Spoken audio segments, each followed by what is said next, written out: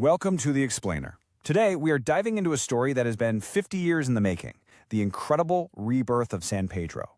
We're going to explore how this historic port town is finally turning a half-century of promises into a vibrant new reality. You know, this one quote from a local restaurant owner, it just says it all, doesn't it? It perfectly captures this 50-year story of anticipation. It's the sound of a promise made to one generation that is finally being delivered to the next. For the community of San Pedro, this transformation has been a very, very long time coming. So, to really get what's happening today, we have to go back. We need to understand just how long this wait has been. And I'm not talking about a few years of delays here. We're talking about decades of stalled plans and deferred dreams. Just imagine this. All the way back in 1974, local business owners were told that a huge redevelopment was right around the corner. Well, that promise, it became a kind of local legend, almost a ghost story that echoed through the 80s, the 90s, and into the 2000s, with pretty much nothing to show for it. But now, that long wait is finally over. The legend is becoming a reality, and the scale of this transformation is absolutely staggering. So let's break down just how big this really is, and we'll start with some key numbers. Let's just start with this one, $500 million. And get this, that's not for the whole project. That's the investment being poured into just one part of the redevelopment, the new West Harbor. And it's not just about building cool shops and restaurants.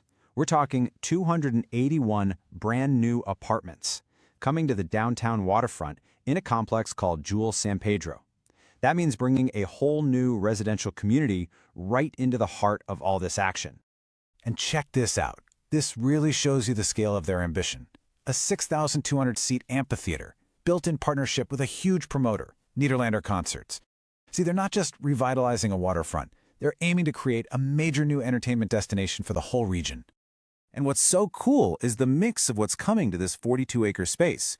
You've got these beloved local institutions like the San Pedro Fish Market right alongside LA firsts like Mike Hess Brewing, and even internationally known spots like the Michelin-recognized Tacos El Franc. This is all about creating a new cultural and culinary anchor for everyone. Okay, so we've seen the massive scale of the waterfront projects. Now let's zoom in a little bit and see how this whole transformation is reshaping the actual places where the community gathers day to day. Warehouse 9 is a perfect example. It's taken over the old Browery West space and completely reimagined it. The change is so clear. It's gone from being a brewery that was really just focused on its own beer to this flexible, family-friendly hub that offers a huge variety of options. It's designed to serve the entire community. And you can see this new identity just by looking at their calendar. I mean, it is packed with events that are all about bringing people together. Everything from huge events like the San Pedro Music Festival to fun weekly traditions like Trivia Wednesdays. It is clearly aiming to be more than just a bar. It's becoming a real community center. All right, let's zoom in even further. Let's look at a single, really powerful story that shows how this whole renewal is connecting San Pedro's future directly, and I mean directly, to its past. This is the story of the Trani family. They've been in the restaurant business in San Pedro for almost a century. And now, as the town itself is being reborn, they are bringing back the Majestic, a family name that hasn't been used in nearly 40 years. It's just this beautiful story of coming full circle. The new Majestic is actually opening in the former Army and Navy YMCA building, which is a place his great-grandfather knew really well. And the design, it literally incorporates the building's history, turning these forgotten old elements into brand new features. This philosophy is right at the heart of the restaurant. They took the original Carrara marble slabs from the building's 1926 steam room and they turned them into dining tables.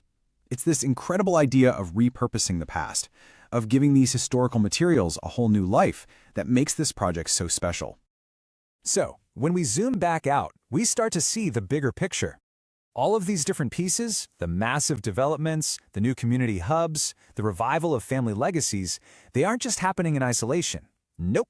They're all part of a single, interconnected ecosystem that is driving this town's renewal.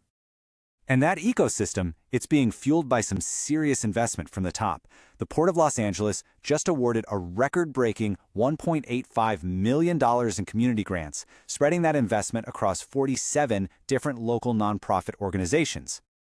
And look, this isn't just about commercial real estate.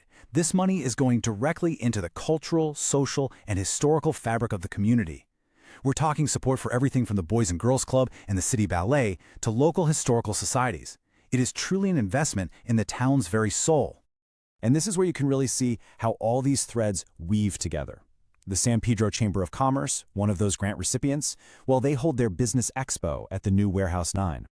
Warehouse 9 is part of the port's larger crafted complex. And right down the street, the new Majestic restaurant overlooks the port's massive West Harbor development. You see, everything is connected.